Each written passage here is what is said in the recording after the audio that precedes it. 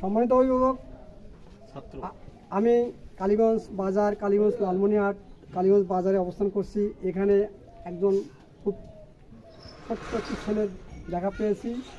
তার সম্বন্ধে একটু জানতে চাচ্ছি, আসলে সে কী করে, তার আগ্রহ আছে, সে কেন এখানে দাঁড়িয়েছে।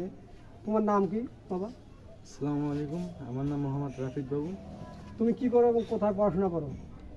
আমি পড়াশোনা করি সরকারি টেকনিক্যাল স্কুলে। তুমি কোন গ্রুপে পড়াশোনা করো?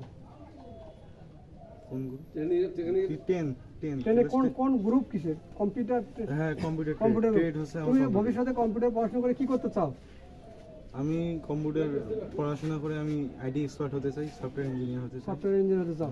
তোমার বাড়িতে যে বাবা মা আছেন, ওনারা কি তো কারিগরিকে সাপোর্ট করে? মানে তারা চায় যে পড়াশোনা কারিগরিতে করো? হ্যাঁ, ওনারা হ্যাঁ, বলো। হ্যাঁ, হ্যাঁ। তোমার কোনো বিশেষ কোনো মতামত থাকলে আমাকে বলতে পারো। আমার মতামত হলো কারিগরিতে পড়াশোনা ভালো, সেখানকার মান ভালো,